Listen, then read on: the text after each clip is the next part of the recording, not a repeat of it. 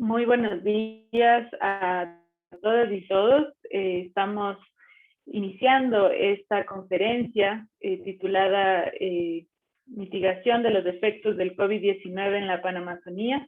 Les agradecemos mucho su participación, su presencia, ya sea a través de Facebook o a través de Zoom. Queremos dar la bienvenida a los participantes las participantes en este panel. Nos acompañan, voy a mencionar primero las instituciones, después conoceremos a las personas que participarán el día de hoy. Y bueno, estamos en el marco de la Casa Abierta de Aujal, que se viene llevando ya desde hace algunos días. Les animamos a quienes han estado siguiendo la agenda de la Casa Abierta que puedan registrar su participación en los enlaces que estamos compartiendo vía Facebook y vía este chat de Zoom, para que puedan luego tener una constancia de su participación. También les agradecemos mucho que nos acompañen hasta el final de esta conferencia para que se animen a conversar con las panelistas y también darnos su punto de vista. Pues bien, entonces damos la bienvenida, en primer lugar, a la Red Eclesial Panamazónica, a su secretario ejecutivo, el hermano Joan Gutenberg Sampaio, que escucharemos en un momento, también a la Pontificia Universidad Católica de Río de Janeiro, a la Universidad Antonio Ruiz de Montoya, en colaboración con el Centro Amazónico de Antropología y Aplicación Práctica CAAP de Perú, a la Pontificia Universidad Javeriana de Bogotá, en particular a su Instituto de Salud Pública, y por supuesto como anfitriones a la Pontificia Universidad Católica del Ecuador y en particular también a su Instituto de Salud Pública. Pues sin más preámbulos, vamos a escuchar al hermano Joan Gutenberg, que nos contará un poco sobre cómo se relaciona este proyecto interinstitucional, internacional, interdisciplinar con la Red Eclesial Panamazónica. Bienvenido, Joan.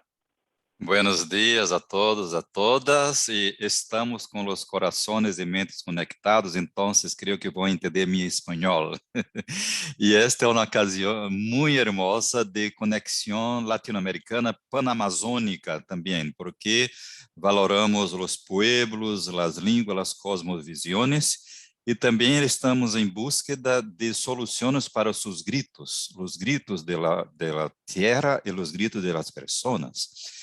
E a pandemia nos ha traído estes gritos muito grandes, muito graves, e a Arepan, com as universidades, a Pontifícia Universidade Católica de Equador e com as universidades que estão coordenadas por a Sociedade de Jesus, não, por a Companhia de Jesus, han visto muito claro que não podemos solamente escuchar os gritos, mas procurar respostas.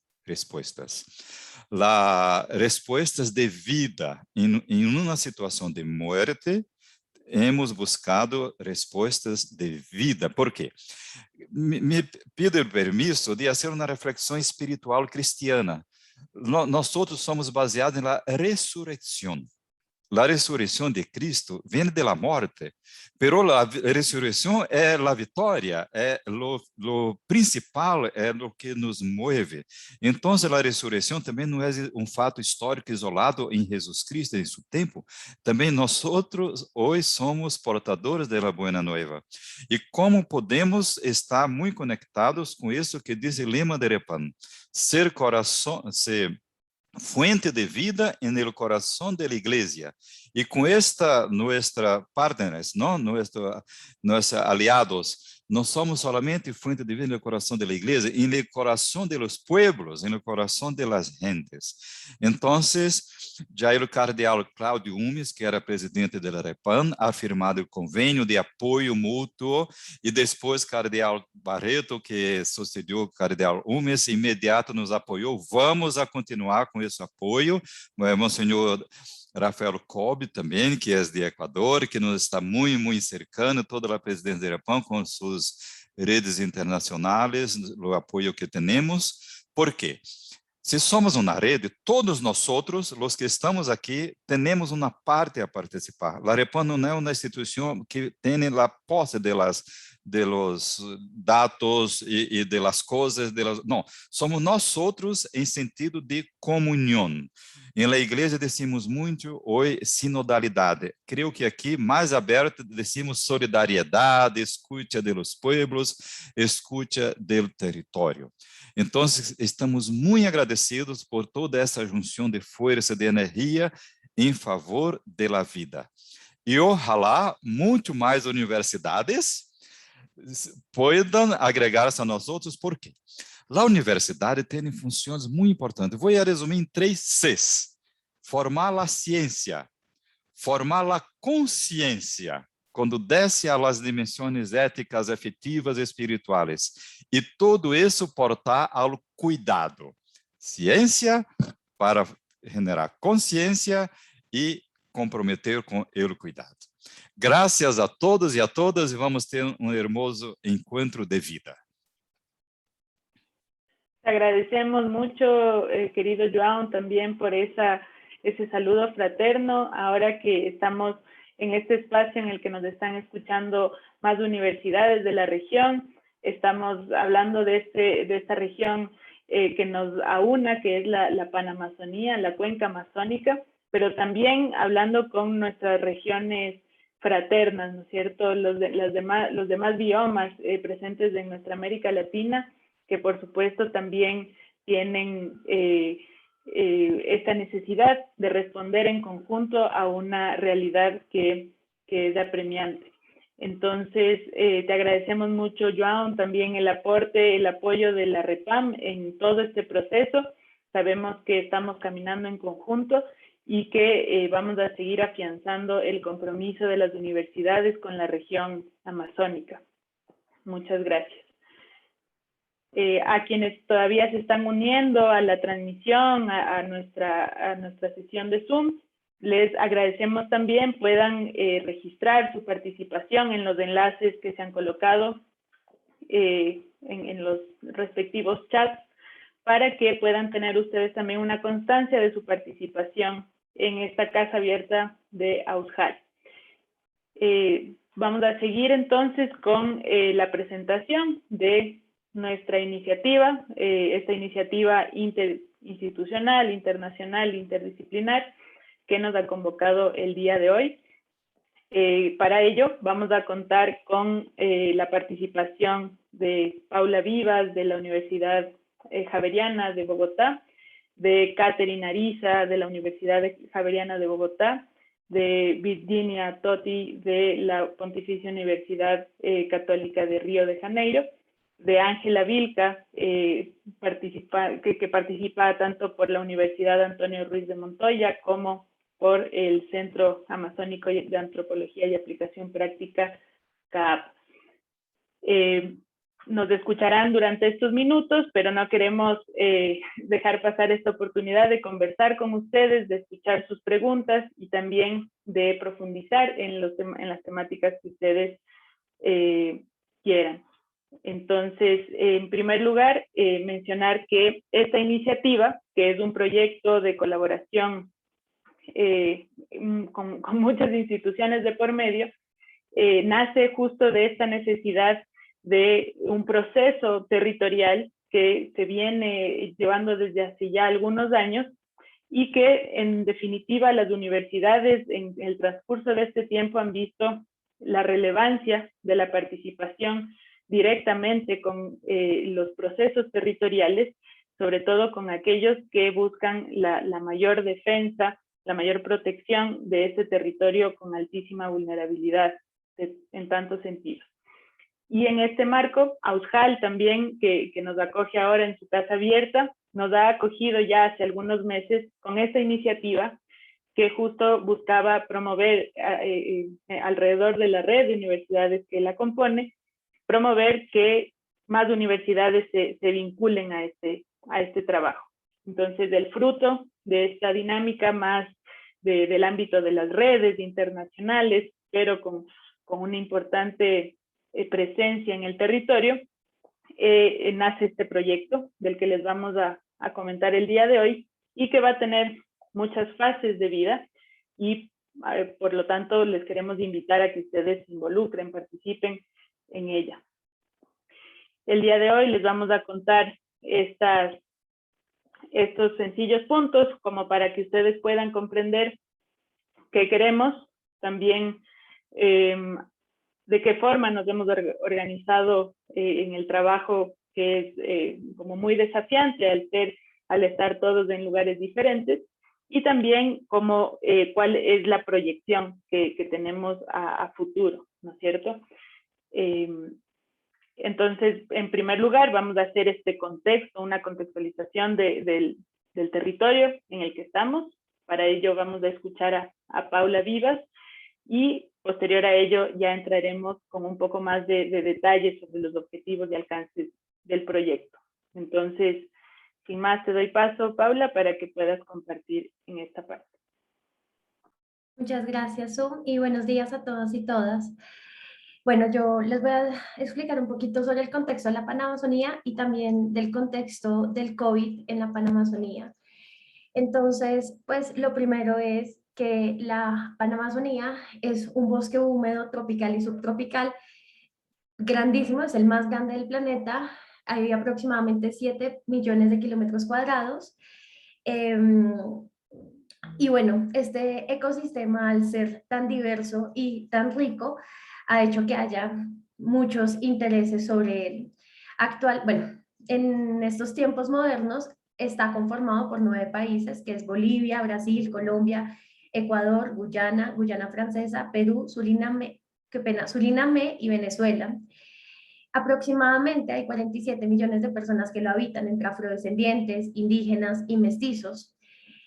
Y bueno, cada una de estas personas hará parte de un grupo étnico. Supongamos en el caso indígena, se estima que 4.6% de esta población, que está conformada en 410 pueblos indígenas, residen en el territorio en la figura de resguardo indígena o de área natural protegida, y esto correspondería más o menos a la mitad, que son 47.2%.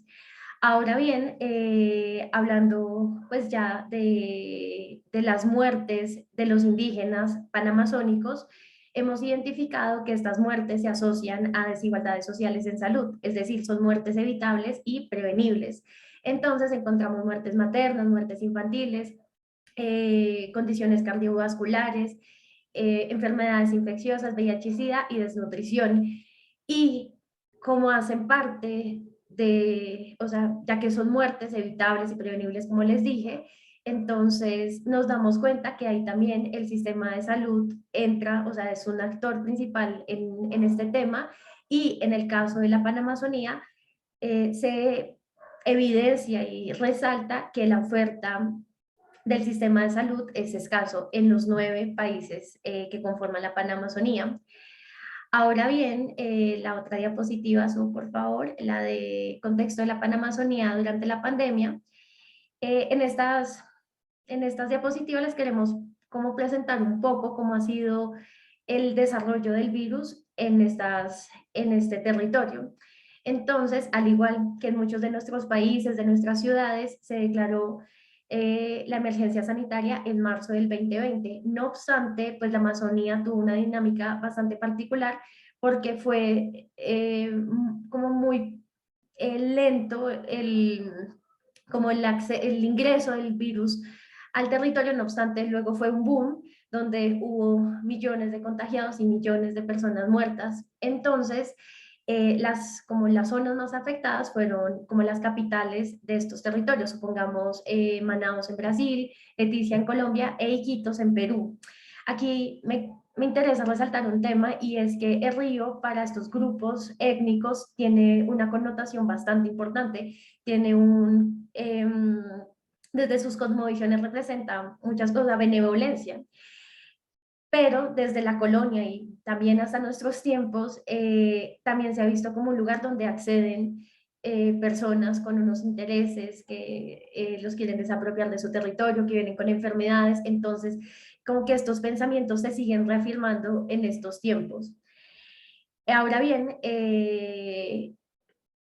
Pues no es un secreto que estas comunidades han sido históricamente discriminadas, aisladas y desconocidas, entonces las acciones del gobierno, de los gobiernos han sido nulas. Esto ha requerido que las acciones comunitarias sean mucho más fuertes y mucho más eh, abarcadoras. Aquí también me interesa comentarles dos cosas. La primera es que estas nuevas prácticas, concepciones, saberes, representaciones que hubo en torno al cuidado, lavado de manos, uso de tapabocas, distanciamiento social, en sociedades occidentales como las de nosotros tiene mucho sentido. Y incluso obviamos el tema, ¿no? Como lavando las manos hace parte de la higiene. No obstante, en estas comunidades indígenas el cuidado se concibe de una manera diferente. No sé, puede que se limpien las manos con alguna planta medicinal, sea una forma de limpiar las manos, pero entonces tenemos que entender que estos pueblos se encontraron, se chocaron con una realidad que les implicaba muchos cambios. Supongamos en el tema de en la Maloca habitan más o menos 5 familias. ¿Cómo se iban a aislar estas 5 familias? O sea, en el contexto de la Panamazonía, el COVID tenía también sus desafíos y sus retos. Y bueno, pues como podemos ver en la foto, muchos territorios tomaron la decisión de cerrarlos, de aislarse, de incluso sacar a los extranjeros que estaban en sus territorios, pues para mitigar y prevenir un poco el contagio.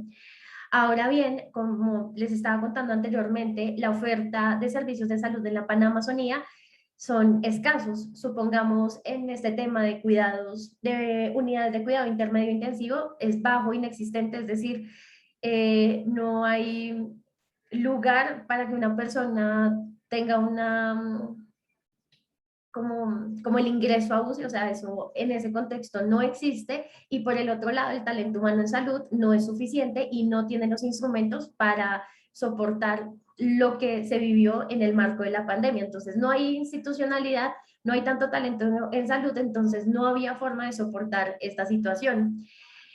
Esta pandemia también nos ha permitido vislumbrar que en el Amazonas hay determinantes sociales, ambientales, económicos que generan una afectación en la salud y en la vida de los pueblos indígenas.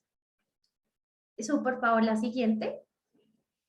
Entonces, identificamos también que esto también hace parte de las acciones de los gobiernos. Entonces, en el marco de la pandemia, identificamos que, o sea, aquí vamos a hablar muy en general, no como de los casos en específicos, pero en general los 9 países tuvieron acciones tardías y desinformadas respecto a cómo acompañar a las comunidades, a las instituciones en el marco de la pandemia. Entonces, hubo desarticulación, lentitud en el desarrollo y en la implementación de políticas públicas, y esto hizo que no hubieran beneficios sociales y asistencia sanitaria para los pueblos indígenas.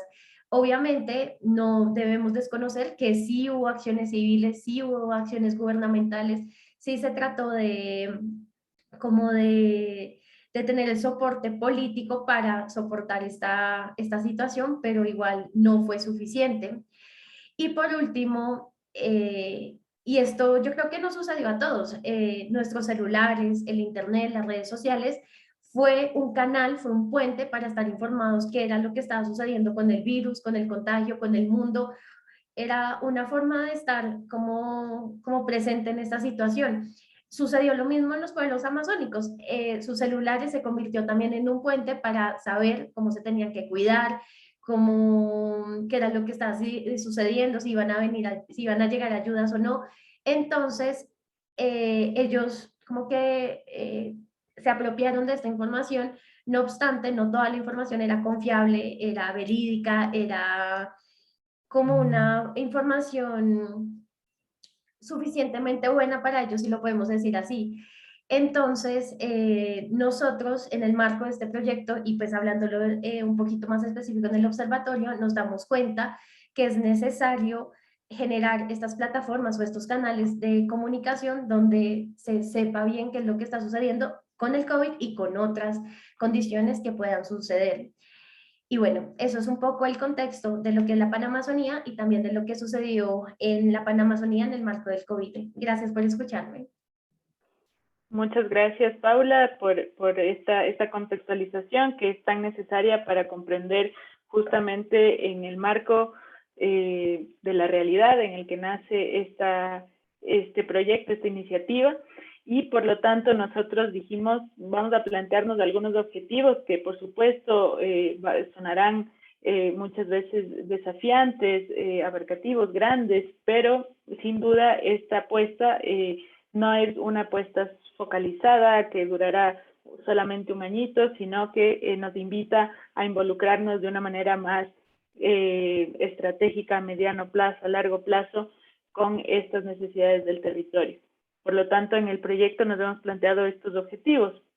Primero, realizar un análisis de las estrategias que se desarrollaron en la región amazónica frente a la llegada de la pandemia, al vivir una pandemia que ya más de 1 año y medio ha durado. En segundo lugar, implementar un observatorio territorial de salud en la Panamazonía, que igual, como les digo, puede sonar muy desafiante y grande, pero ya comprenderemos las implicaciones cuando conversemos de cada uno de estos componentes. En tercer lugar, el generar recomendaciones específicas de política pública con la participación directa de las poblaciones, es decir, no solamente desde una mirada externa que logra tener elementos objetivos para formular recomendaciones de política pública, sino justamente a partir de la mirada de los propios territorios, de sus poblaciones, su priorización sobre las necesidades que tienen. En función de ellas, formular estas recomendaciones, con el sustento, con cualquier aporte que pueda ser dado desde la academia, ¿no es cierto? En cuarto lugar, el fortalecer las capacidades de las organizaciones de los pueblos y nacionalidades amazónicas para contribuir a la salud comunitaria. Sabemos que una de las claves para que una iniciativa de estas dimensiones sea sostenible es justamente contar con la participación de las propias organizaciones de los habitantes de estos territorios. Por ello, desde el inicio han sido parte tanto del diseño como de la formulación de este proyecto y ahora de la construcción más a detalle de cada uno de sus componentes. Entonces, queremos trabajar de la mano con estas organizaciones que ya llevan mucho tiempo, ¿no es cierto?, presentes, para profundizar un poco más los cimientos de esta iniciativa. Y en último lugar, desarrollar e implementar un plan de mitigación posterior con esta perspectiva post-pandemia, que en definitiva significa, hemos formulado una serie de aprendizajes que queremos afianzar y como prepararnos, proyectarnos, estar un poco más sólidos para enfrentar realidades adversas similares a una pandemia o a la llegada de cualquier otra amenaza. Ay, perdón. Entonces, tenemos también este desafío, ¿no es cierto?, que ustedes comprenderán de cómo podemos organizar el trabajo en red, ya que tenemos una diversidad de instituciones y también de especialidades muy concretas, ¿no es cierto? Entonces, nosotros como que pusimos todo ello sobre la mesa, es decir, cada una de las instituciones llega con personas concretas, ¿no es cierto?, que representan a distintas disciplinas, que tienen experiencia en distintas áreas, y lo que dijimos es, a partir de ahí, de esas experiencias, de lo que cada universidad, de cada centro especializado puede aportar, vamos a construir áreas de trabajo que funcionan como los componentes de nuestro proyecto. Entonces, lo que hicimos fue integrarnos de manera así mezclada, como muestra un poco la imagen, ¿no es cierto? Mezclarnos para sacar el mejor potencial de cada una de las experiencias y también de cómo intercambiar el conocimiento que ya existe entre las instituciones. Entonces, nuestros componentes, que son estos tres, el primero, el fortalecimiento de capacidades a nivel local, el Observatorio Territorial de Salud en la Amazonía, y el último, el análisis de estrategias y recomendaciones de política pública. Estas tres áreas que componen nuestro proyecto vienen a trabajar de manera siempre internacional, interinstitucional, interdisciplinar, con distintos liderazgos que están justo en manos de quienes mayor experiencia tienen al respecto. Entonces, en el caso del fortalecimiento de capacidades a nivel local, contamos con el liderazgo de la Universidad Antonio Ruiz de Montoya y el Centro Amazónico de Antropología y Aplicación Práctica en Perú. Entonces, a partir de sus liderazgos, asimismo con el observatorio, tenemos un liderazgo compartido entre la PUCE y la Javeriana, por su experiencia también en el área de la salud pública, y con experiencia en otros tipos de observatorios y demás. Luego tenemos el componente del análisis de estrategias y recomendaciones de política pública, y ahí contamos con el liderazgo de la Pontificia Universidad Católica de Río de Janeiro. Justamente lo que queremos es que, así con un limitado equipo humano, pero con mucha experiencia en estas diferentes disciplinas, integrarnos para fortalecer cada uno de estos componentes. Todos estos equipos integramos finalmente el grupo ampliado, en el que se hace una serie de definiciones más en cuanto a los alcances, a la metodología, a la hoja de ruta, ¿no es cierto?, que vamos a seguir, y también una serie de decisiones que involucran a todos los componentes, ¿no es cierto?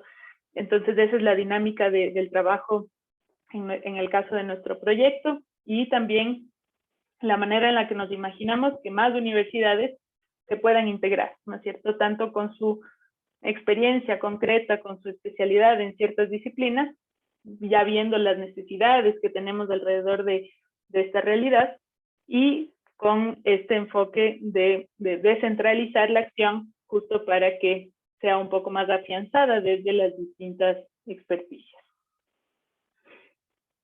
Vamos ahora a conocer cada uno de los componentes del proyecto, y en este primer lugar tenemos al Observatorio Territorial de Salud en la Amazonía, y para ello vamos a escuchar a Caterina Ariza y a Paula también.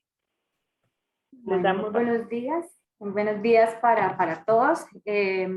Bueno, con esta antesala que nos ha venido presentando tanto Paula como de este contexto complejo en el que inicia la pandemia por COVID en el territorio amazónico, pandemia que por demás, pues sabemos, no ha acabado, estamos viviendo todavía este proceso de sus impactos, ¿no? Y como lo contaba surge esta iniciativa, ¿no? Una iniciativa por demás ambiciosa y muy importante de podernos articular como una región amazónica, y desde allí entonces empezar a plantear acciones para mitigar en principio los efectos del COVID, pero en una visión de mediano y de más largo plazo poder aportar al bienestar y al buen vivir de estas comunidades y estas regiones. En este escenario, pues aparece esta iniciativa del Observatorio Territorial de Salud en la Amazonía. Pues sabemos que que observatorios hay muchos, ¿no? En la región, en el mundo, observatorios en salud también hay diversos, incluso en la Amazonía también ya tenemos observatorios, pero aquí el sello o lo que pretendemos que distinga este observatorio son varias características. La primera es que es un observatorio que busca tener una mirada regional, no tanto nacional, local, por países, aunque si bien cada país tiene, cada territorio amazónico en cada país tiene sus particularidades, sus grupos, su historia, pues queremos también empezar a aportar a tener una mirada regional de la Amazonía. ¿Sí? Porque sabemos que este territorio está lleno de redes, ¿no? Que traspasan los límites de las fronteras políticas y administrativas de los países, y desde allí creemos que esta es una apuesta muy importante, y de cara pues también algo que ya anunciaba Susana, y es cómo se nos presenta el reto de lograr articular otras universidades de este territorio, precisamente para ir avanzando en esa mirada y en ese trabajo en red con diversas comunidades. Entonces ese es un sello particular de este observatorio, y otro sello particular de este observatorio es que queremos que sea un observatorio participativo. En general, los observatorios surgen de la necesidad, ¿no?, de poder construir y difundir información que sea útil para la toma de decisión. Esto es un contexto que comparte esta iniciativa del Observatorio Territorial de la Amazonía, el OTSA, pero creemos que hay una importancia de que este observatorio sea un observatorio orgánico, que sea un observatorio vivo, y es en ese sentido la participación de las comunidades, de los actores sociales, de los actores institucionales en las comunidades en las que vamos a empezar a trabajar, pues va a ser, digamos que otro de los sellos y otra de las características a las que estamos apuntando a generar en el marco de este observatorio. Es un reto muy grande que, como ya lo decías, no lo esperamos pues completar en un año, pero sí queremos y creemos y estamos convencidos que esta es la semilla que vamos a empezar a cultivar en el corto, mediano y en el largo plazo para el trabajo en la Amazonía. Siguiente.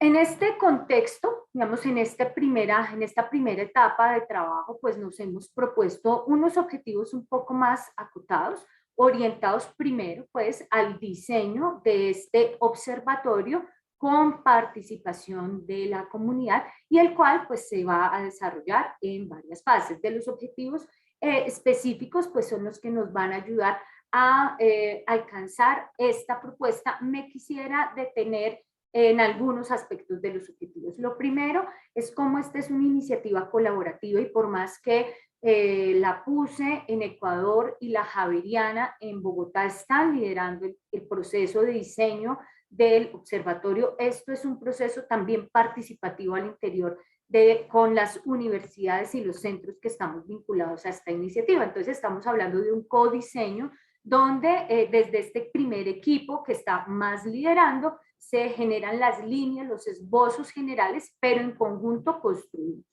Teniendo esto presente y pues con este sello particular de la participación, pues hay los otros dos objetivos que están orientados pues propiamente al diseño de lo que será el observatorio y una propuesta de pilotaje, particularmente de la mortalidad, por ser un indicador que nos permite en primera instancia conocer los impactos en el corto tiempo del COVID-19 en la Amazonía, que es información que podríamos tener para todos los países que estamos vinculados y en ese mismo sentido empezar a ver cuál ha sido uno de los impactos de la pandemia. Esto no quiere decir que solo nos interese medir mortalidad, ni mucho menos, pero en esta primera etapa vamos a hacer énfasis en ese componente, es el que vamos a pilotear y a partir de eso vamos a poder vislumbrar esa propuesta de cómo sería posible el seguimiento, el monitoreo y lo más importante, la sostenibilidad del observatorio en el mediano y en el largo plazo y su sostenibilidad con utilidad, ¿no?, para el territorio y para las comunidades, sobre todo promoviendo el buen vivir en ellas. Siguiente.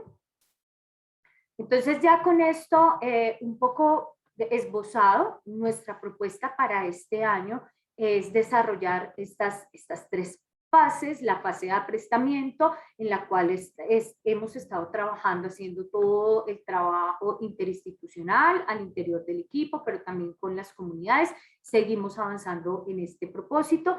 La fase como tal del diseño, que implica la información que queremos que allí se difunda, que no es solo un deseo pues de las universidades, sino todo lo contrario, un deseo que materialice también las necesidades de las comunidades y las instituciones en el territorio, para luego pasar a la fase del piloto. La fase del piloto va a ser muy importante porque precisamente nos abre la puerta hacia la continuidad, ¿no? Y lo que se requiere en términos de acciones en el territorio, con las comunidades, con las poblaciones, pero también de alianzas para buscar recursos que nos permitan, ¿no?, ir consolidando esta propuesta del Observatorio de la Amazonía. Quiero cerrar diciendo o reiterando que nos pensamos este observatorio como un observatorio orgánico y vivo, y la manera para poderlo mantener vivo es, por supuesto, con la participación de las universidades que se vinculan a estos procesos, con las organizaciones que han venido apoyando esta iniciativa para que sea posible. Y muy importante, las instituciones, las organizaciones de los territorios y las comunidades que allí están, porque este observatorio va a tener pertinencia en la medida que las comunidades vean y los territorios y las instituciones vean la utilidad en él. Muchas gracias. Muchas gracias a ti, Catherine. Vamos a seguir profundizando en justo las implicaciones de cada uno de los componentes, y también les invitamos a que si tienen alguna pregunta nos la vayan dejando en el chat o en los comentarios de Facebook para tomarlas en cuenta al momento de hacer el diálogo con ustedes. Vamos a hablar ahora del segundo componente, que es el de análisis de estrategias y políticas públicas en respuesta a la pandemia. Y para ello vamos a contar con la participación de Virginia Totti de la Pontificia Universidad Católica de Río de Janeiro, que ahora, como les decía hace un momento, es la universidad que lidera este componente y que ahora nos comentará un poco más de las implicaciones o las indicaciones de este componente. Te escuchamos, Virginia. Bom dia a todos e todas. Queria primeiro rapidamente dizer da felicidade que é estar aqui com vocês e da importância que a gente considera desse projeto, né, para fazer essa análise sistematizada, né, em conjunto com outras universidades da região, que eu acho que, né, não tem como a gente fazer uma análise da região panamazônica, da região amazônica, de forma isolada. A gente está, né, de acordo com a construção desse projeto, um pouco mais focado, né, mas contribuindo com as outros componentes na questão das estratégias das políticas públicas que foram executadas em resposta à pandemia. Então, né, uma primeira questão que eu queria trazer é um pouco a importância dessa dimensão para a gente compreender, né, as políticas públicas que foram desenvolvidas nos países, né, não só, né, a gente tentando trazer esse olhar que é um olhar que entende a região como um todo, mas entendendo, né, que a pandemia desvelou as desigualdades, os racismos, as ineficiências, né, e as violações de direitos humanos que já vêm sendo historicamente vivenciadas na região. E que as respostas dessas políticas públicas que a gente encontra, né, como políticas públicas específicas da pandemia, vão ajudar também a gente fazer essa análise da região de um modo geral, né? Não só analisando o momento da pandemia, mas entendendo a pandemia como um capítulo, né, específico e ainda mais cruel nos corpos dessas pessoas que estão na região panamazônica, especialmente as pessoas que estão nos territórios. Então, é uma análise dessas estratégias e das políticas públicas especificamente para as respostas da pandemia, mas entendendo dentro desse contexto histórico, dentro dessa linha histórica que traz que conta, né, muito das violações que são vividas nesse território. Então, a gente pretende, né, nessa fase do projeto, e aí também já pensando e apontando para próximas fases, possivelmente com outros países e outras universidades, a gente fazer uma análise dessas políticas públicas a partir dos territórios, né? Como a Suzana colocou desde o começo da apresentação do projeto. A gente vai fazer a análise geral, né, como um todo, acessando documentos oficiais, acessando já, né, informações produzidas por organizações que atuam nos territórios, mas também tentando compreender essas políticas públicas a partir de territórios específicos, né, tentando compreender não só nas falas desses sujeitos que estão nos territórios, como nas próprias ações que foram desenvolvidas pelas organizações, pelos territórios, que muito dizem, né, sobre as ausências e sobre as lacunas das políticas públicas, né, as ações que foram desenvolvidas diante de uma lacuna, né, ou diante de uma política pública insuficiente que foram desenvolvidas nesses territórios. Então, a gente vai fazer, né, tanto o diálogo direto como a análise das próprias ações que foram feitas nesses territórios. Outra dimensão, né, além desse levantamento e sistematização das estratégias, é a dimensão do fornecimento de dados e de subsidiar, né, a própria análise e a construção do observatório, né, trazer essas informações em diálogo com os outros componentes para a gente participar, né, e subsidiar de dados a construção dos observatórios. E no final dessa primeira fase, a gente pretende ter as recomendações específicas de políticas públicas também a partir desse diálogo com os territórios, né? Tentando indicar construções e dimensões que foram, né, tanto ausentes quanto insuficientes da dimensão dessas políticas públicas adotadas em relação especificamente à pandemia, até mesmo pensando numa segunda fase, né, desse projeto, mas também no próprio desenvolvimento do observatório, nessa dimensão dessa sustentabilidade, dessa dimensão viva que a Catherine estava colocando aqui para a gente logo antes. Então, também agradeço e fico à disposição para eventuais dúvidas. Muchas gracias, Virginia, por la explicación también de lo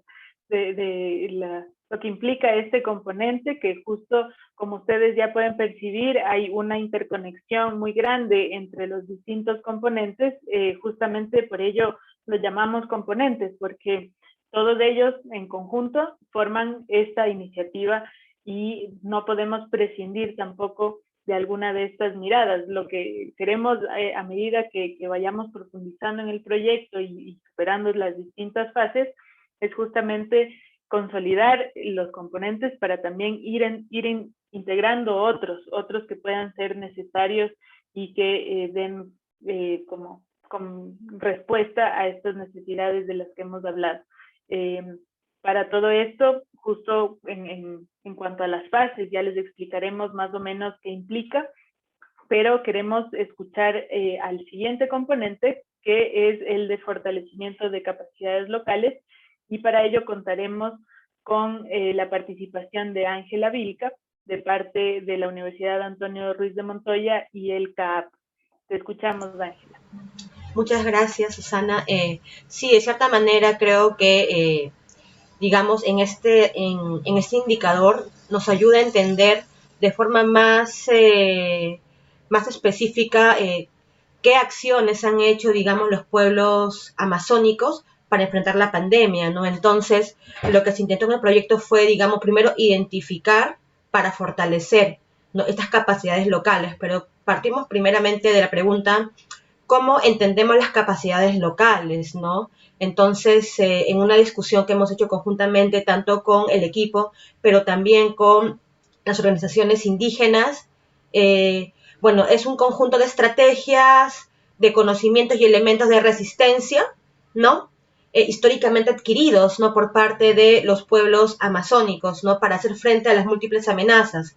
Entonces, creo que hay que entenderla que, de alguna manera, prácticamente todos los pueblos amazónicos, digamos, cuentan con un registro histórico y antropológico de cómo ha sido su acercamiento, ¿no?, en un contexto de violencia, de racismo, ¿no?, de discriminación y omisión, ¿no?, por parte del Estado para atender, en este caso, una emergencia sanitaria, ¿no? Es entonces que la salud nuevamente termina siendo un punto de inflexión, tanto para el Estado, pero también específicamente para las organizaciones indígenas, para los pueblos amazónicos, pero también para las comunidades, ¿no?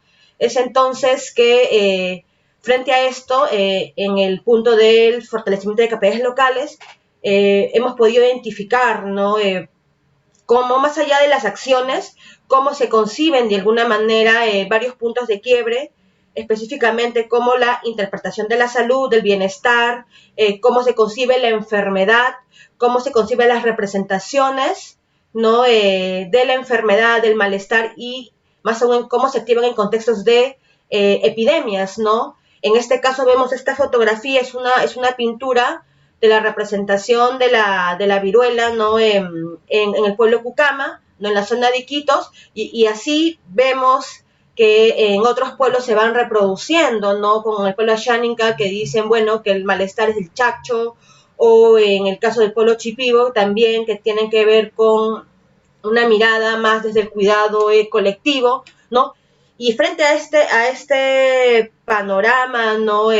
Antropológico, vemos que las organizaciones en articulación con las comunidades se articulan y generan estrategias, ¿no? De resistencia y resiliencia, ¿no?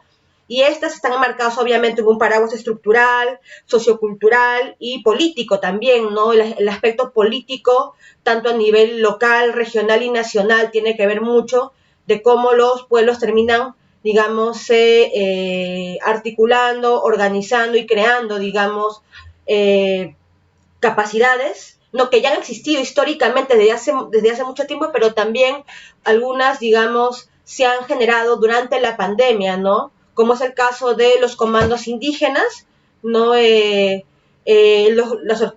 comando Matico, por ejemplo, como se llegó a organizar en la zona de Pucallpa, ¿no? Y también, de alguna manera, acciones que se vinculan a la gobernanza indígena y el control territorial, las prácticas de medicina y cuidado comunitario con carácter ancestral, difusión e información y la capacitación, ¿no?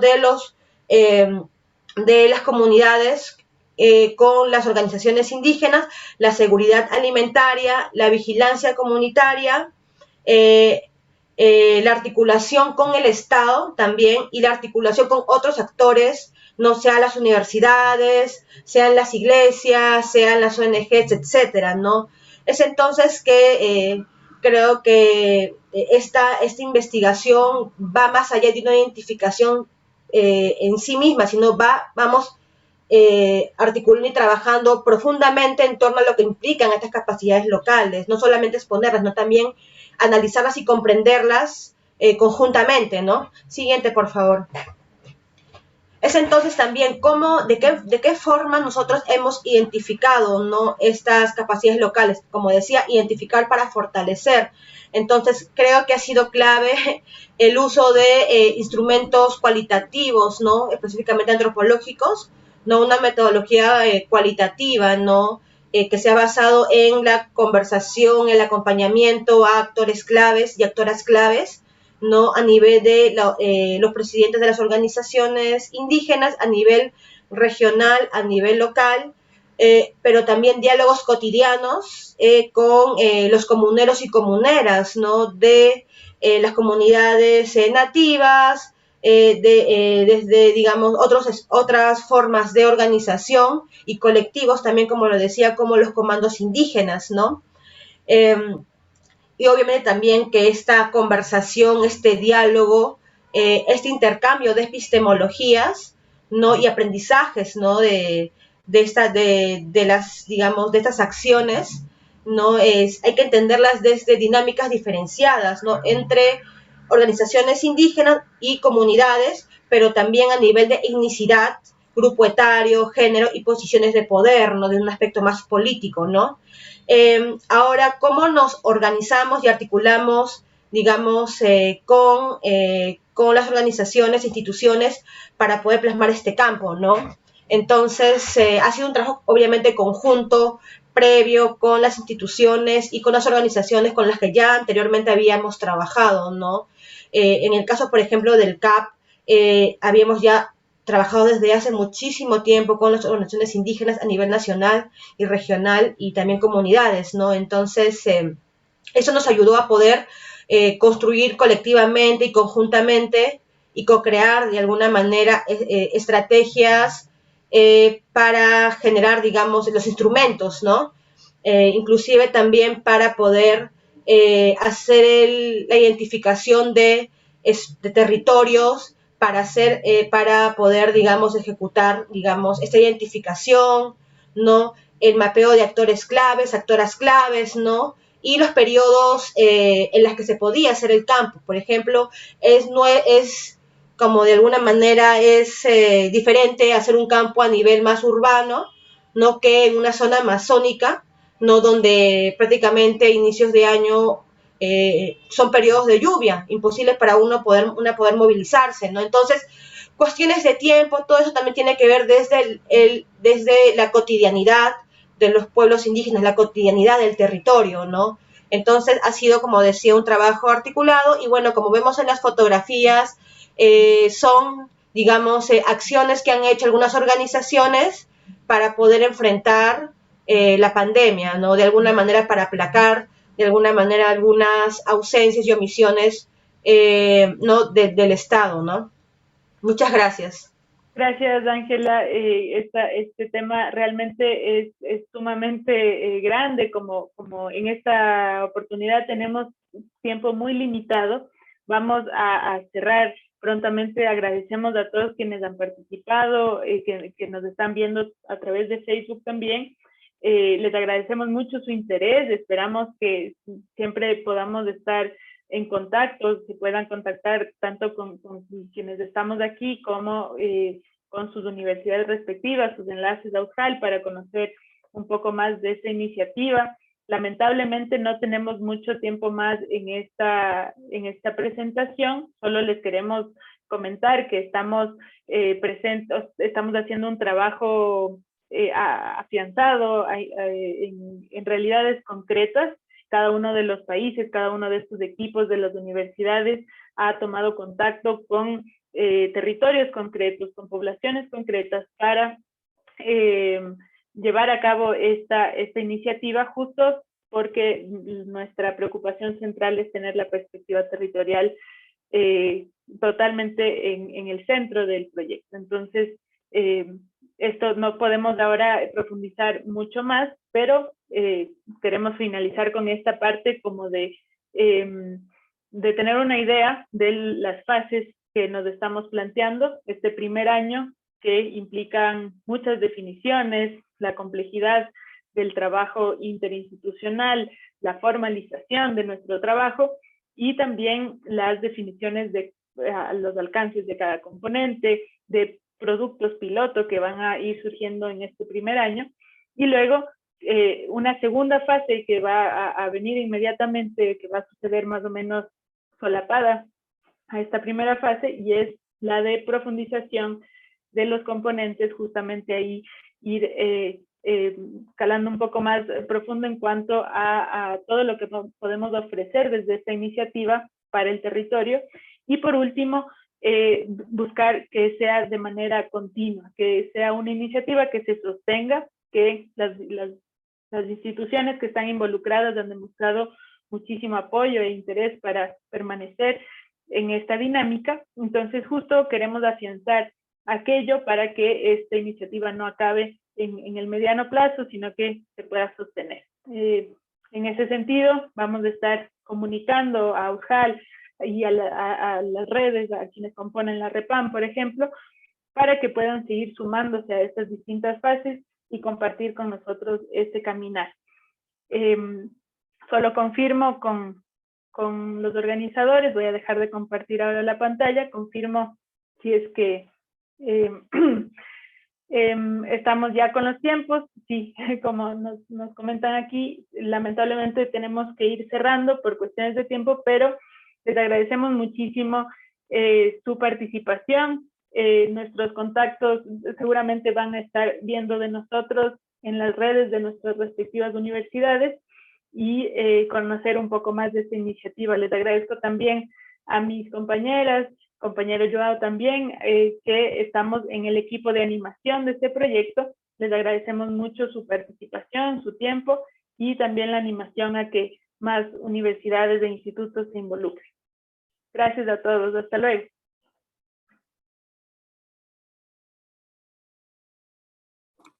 Muchísimas gracias. Estamos fuera. Les agradezco a todos por apoyarnos con el tema del tiempo. En este momento yo tengo que salir, así que le voy a dejar el host a Susana, entonces, para que en caso de que deseen comentar alguna cosa más. Les agradezco muchísimo y que tengan un buen día. Muchas gracias, Santiago.